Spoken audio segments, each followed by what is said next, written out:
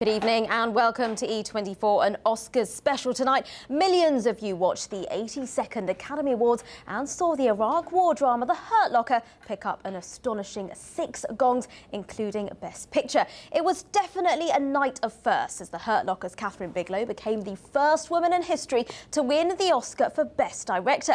Best Actor winner Jeff Bridges and Best Actress Sandra Bullock also took away their first Oscars.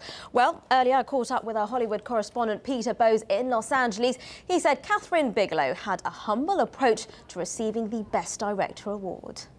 It is quite an achievement for her, although she has been, to some extent, playing it down, saying she really just wants to be known as a filmmaker as opposed to being the first female director to win that honour at the Oscars. But she also says she hopes it will inspire others, perhaps male or female directors in the future, to strive to reach their goals and to reach their dreams in the future. And I think as far as she was concerned, she was just clearly quite humbled by this honour.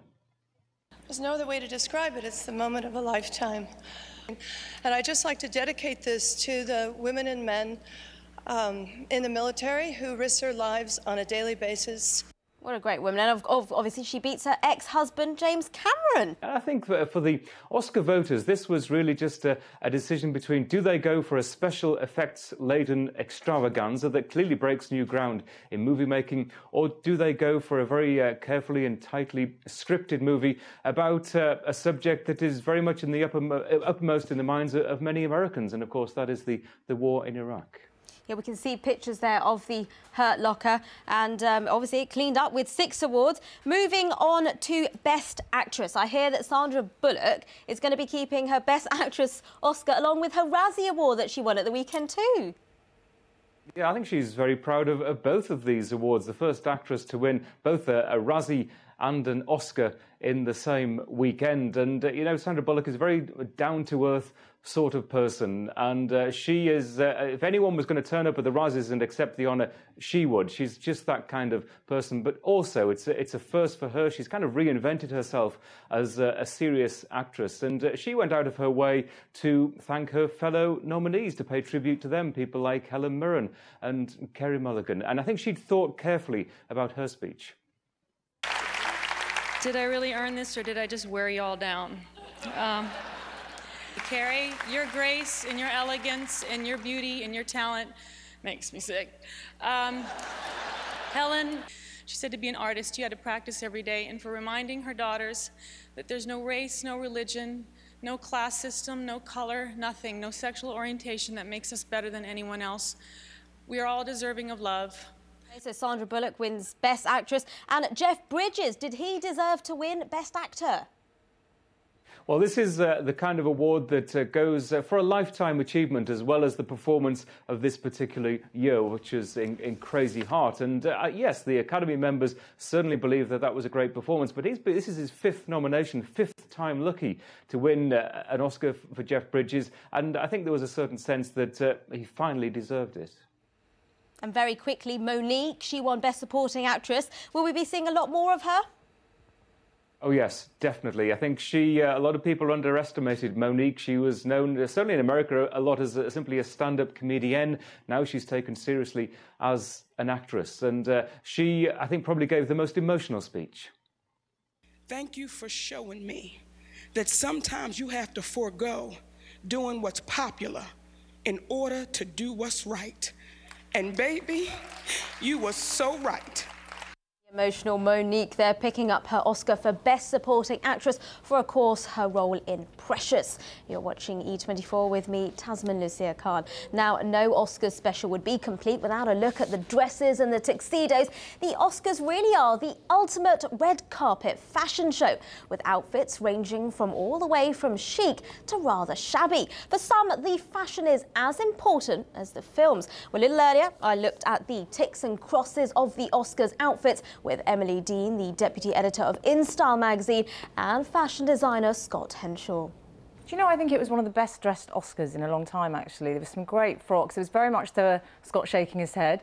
There were lots of, there was that nude trend, which is big for this kind of spring, summer, and also metallics. There was Sandra Bullock in that beautiful Marquise gown. I thought it was amazing. And also Kate Winslet in YSL. So yeah, it was all about metallics and nudes and some romance as well. Yeah, we can have a look at Kate Winslet there. Beautiful. I mean, it's a stunning dress. And it's also silver. she's got a lovely curvy figure, and that bodice was really flattering to her. I think she looked great. Okay, we're coming to you, Scott. Tell us, Hello, who really Tasmin did and it? fashion Who lovers. did it for you? Well, for me, firstly, I have to say, yes, nude was one of the big trends. But like, you've got to be very careful with nudes. It can be a washout. And I think for me, this Oscars was a big washout. But the main star, Zoe Saldana from Avatar, she rocked in Roberto Tisci couture gown for Givenchy straight off the Paris catwalk. And it looked beautiful. She was very age-dressed. Yep. She looked beautiful and stunning and, you know, very high fashion. And the fact that she had a nod to Avatar wearing a colour blue, James Cameron wore a blue tie in his pocket, she rocked it for me.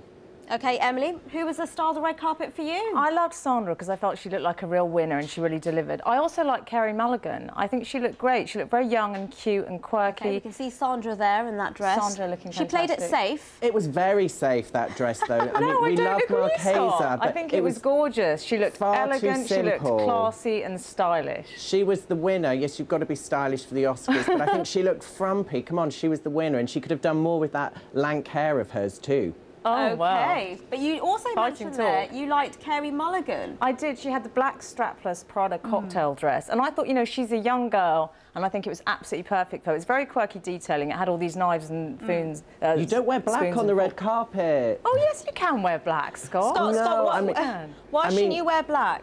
She looked amazing at the BAFTAs in the beautiful floral printed gown, and it was very young, but, you know, it doesn't pop in photographs. And again, you know, she's a British actress. She should have been promoting Brit designers and instead opted for quite a safe Prada number. That's a fair point. She should have worn a British I don't agree. She? I mean, Carey's been wearing Prada for a long time. She has a relationship with him, and she looks great in it, and it's absolutely right for her as a young girl, as a sporting actress. That's the kind of look she should be wearing. It suits her, but I don't think it was glamorous enough for the occasion. Okay, so let's get someone really glamorous.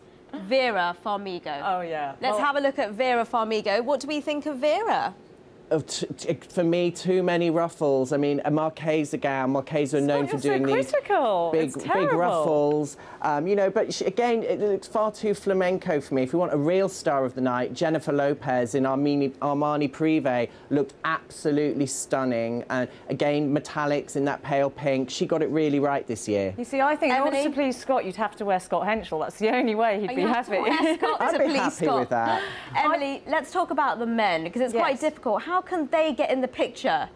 Well, it's interesting. I mean, there was a definite fashion this year, which is the bow tie, which has totally returned. So you have to dig out your dad's 70s floppy bow tie, because obviously it's been this kind of Strokes look for a long time with the skinny black tie. But now everyone had that, didn't they? It was Jeff Bridges. Yeah, it's like different colours. We can see Tom Ford there. He's wearing the classic black tie. Yeah. And he looks like the most amazing matinee idol, does Tom Ford. And for me, he wins the best dressed person of the night. I think he beats the women's hands down. Fashion designer now turned movie director. And for me, if I was at the Oscars, I know who I'd like to be taking home. Well, we finally agree on something, Scott and I, because I couldn't agree more with him. I think he looked amazing, I think. Excellent. Well, in the end, they agreed. Yeah. Emily and Scott agreed. Tom Ford looked fantabulous. Emily Dean from InStyle magazine, and of course fashion designer Scott Henshall there, who just told us he wouldn't mind taking Tom Ford home. Tom, if you're watching, get in touch, call me.